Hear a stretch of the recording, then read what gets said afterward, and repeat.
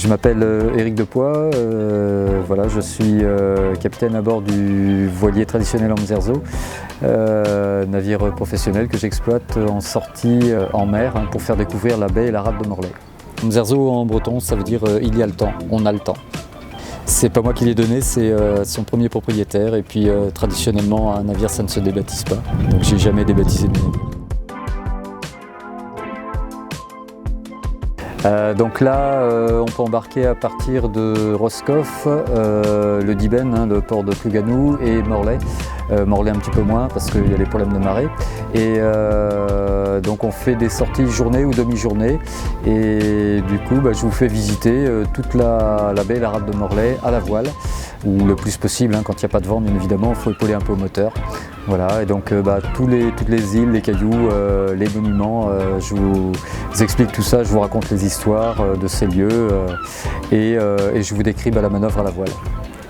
Donc pour la baie de Morlaix, il y a pas mal de choses à raconter. En fait, il y a toute l'histoire du château du Taureau, de l'île Ouette, de la plage de Tahiti.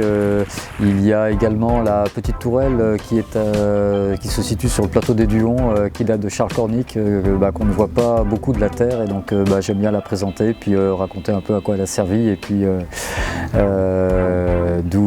qui l'a construit et pourquoi.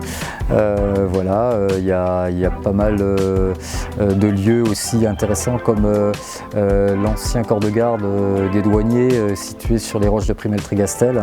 Donc là je raconte la contrebande, le boulot des douaniers et puis le sentier des douaniers qui est actuellement le GR34.